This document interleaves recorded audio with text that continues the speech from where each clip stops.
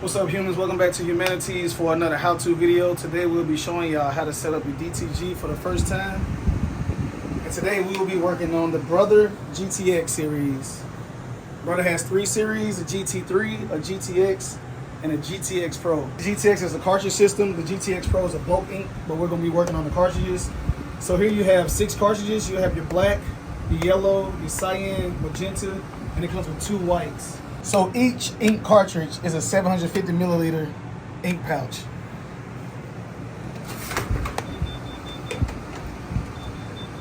Each one will have CMYK, which is cyan, magenta, yellow, and black. So with installation, you'll get a pack like this. You'll unpackage it. You'll slide it in here and make sure it's even. Slide it all the way to the back. You got this clip system. You want to make sure you hear this clip right here. You want to hear that clip in. You're going to tuck the tail under your roller, slide your tray closed, and you want to roll it up. You got these things on the back, they're your rollers. What it does, it roll the pouch up so that it stays tight. So we'll do that for each pouch. So we'll clip this one back in as well. You want to hear that? You want to hear that click? You'll close it up. Got your rollers. Press those rollers until you get that pouch to roll up. Each cartridge will slide in its own slot. It has a stopping point, so you won't really mess it up. And as you see right now, it's letting us know we don't have a cartridge for the yellow. Each pouch, it'll let you know the levels of the pouches as you're running low. So you see we're running low on the white. We got magenta still kind of high, cyan pretty full, yellow pretty full, and then black is pretty full. All right, so with any machinery, it's going to come with some software that you need to download. For this particular version of the Brother GTX, you'll go to brotherdtg.com. All of their software is free. You're going to go to support.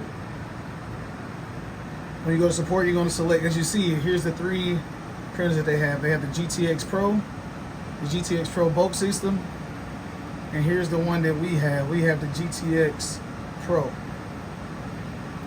So we're going to go to downloads.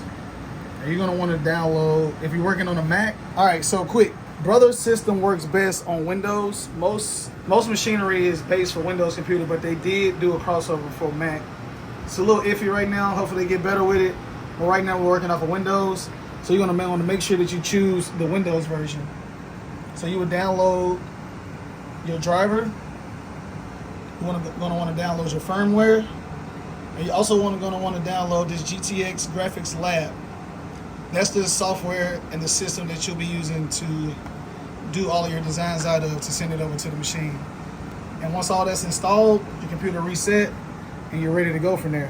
When you're in the Graphics Lab program, depending on what size you want the design to be, the standard that we usually work off of is 14 by 16, which is pretty big. And as you see, you got child size plate 7 by 8, 10 by 12, 14 by 16, 16 by 18, which is oversized.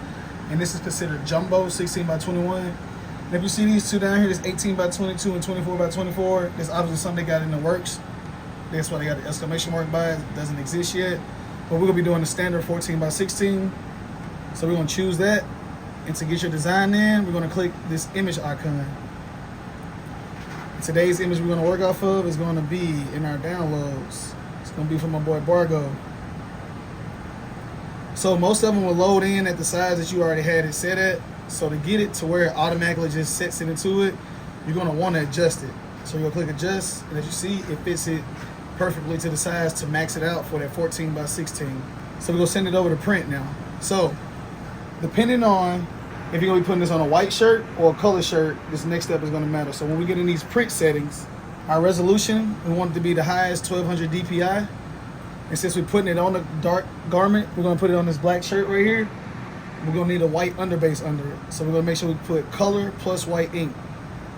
If it was going on only a white shirt, we will only do color ink only. If it was a black only image, we would select black only. And if we was doing only white ink, we would do white ink only. But we're doing color and white. So we'll select color and white. We're not doing reversal printing, that's on. That's for when you're doing DTFs. So we're going to turn that off. And this use background black color, if you didn't want it to print black on the black, you would turn this on so that way it doesn't print black ink, which will save you ink. It'll just leave it the shirt color black. These settings right here are pretty much the default 5 and 3. So we're gonna leave it at that. We're gonna turn this white color pause off. We don't need that. And for now, you're pretty much ready to go. We're gonna select print. It's gonna convert it. So you'll have an image on this screen to see what you're printing. And it'll also send it over here.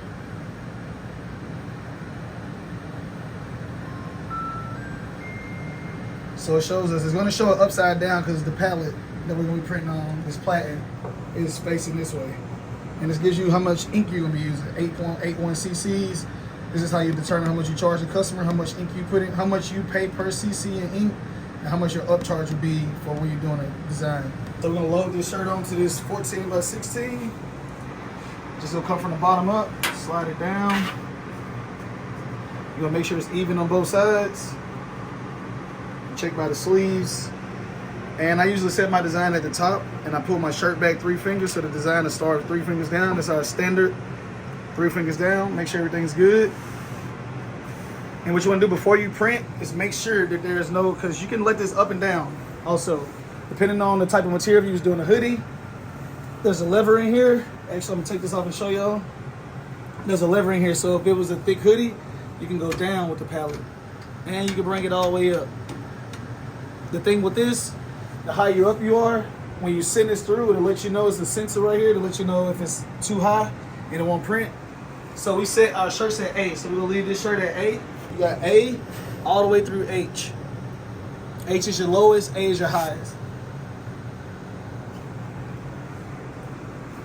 I'm gonna load this shirt back up. We usually do hoodies at like F or H, just depending on the thickness of the hoodie. Go our 3 fingers, make sure our shirt is centered. And with this button right here, this is what sends it through to make sure that you don't have nothing that's too high that will read. So when you send this through, it'll send it through to make sure that there's no obstructions, that it won't stop the print heads, because you don't want the print heads to hit the shirt at all. You run a print head, it's about $1,500 per print head. This machine has 2 print heads. Some of them have 6. So you do the math on that. So we're gonna send it back out. We know that it's good, it's clear. And from there, we got our green lit button letting us know we're ready. It's gonna do an auto clean because we haven't printed in about an hour. So what it does is wet all the print heads, get everything ready, get the ink circulating. And once the auto clean is done, it'll send the shirt in and give us a good print. Let's see what it come out like.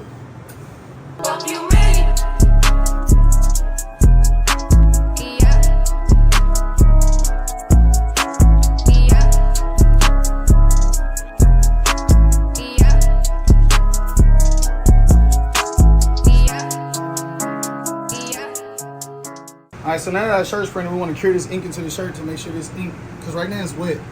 So we want, well, you can't really see it, but DTG prints the ink into the fabric, like into the fibers of the fabric. So we want to cure it into the fabric to make sure that it never washes out. So we'll take it off of this. Be careful because it's still wet. And you'll walk it to your heat press.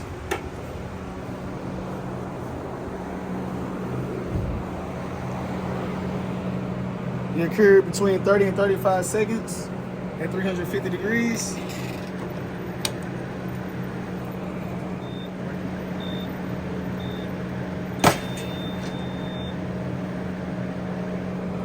Hot off the press. This ink can never wash out. You got yourself a fine printed DTG shirt. Soft feel. It's not like screen print that sits on top of the shirt. It actually goes into the fabric of the shirt. No more Pantone mixing, you just print it as is. You wanna make sure you have a great image though. At least 300 to 600 DPI. The better the image, the better the print. You got a shitty looking image, it's gonna come out looking shitty on your shirt. So now that the shirt's done, you really can just keep printing and printing and printing. You don't really have to worry about doing any maintenance. The machine will do the maintenance itself in between prints. If it was a 30-minute gap, it'll do an auto clean, which kind of clean the print heads and any old ink that was sitting on there. Other than that, you're pretty much good to continue to keep printing. You can switch out logos, keep running this design, and keep track of how many you printed. And that'll pretty much wrap it up for the GTX today. If you got any troubleshooting questions, feel free to shoot them down in the comments below.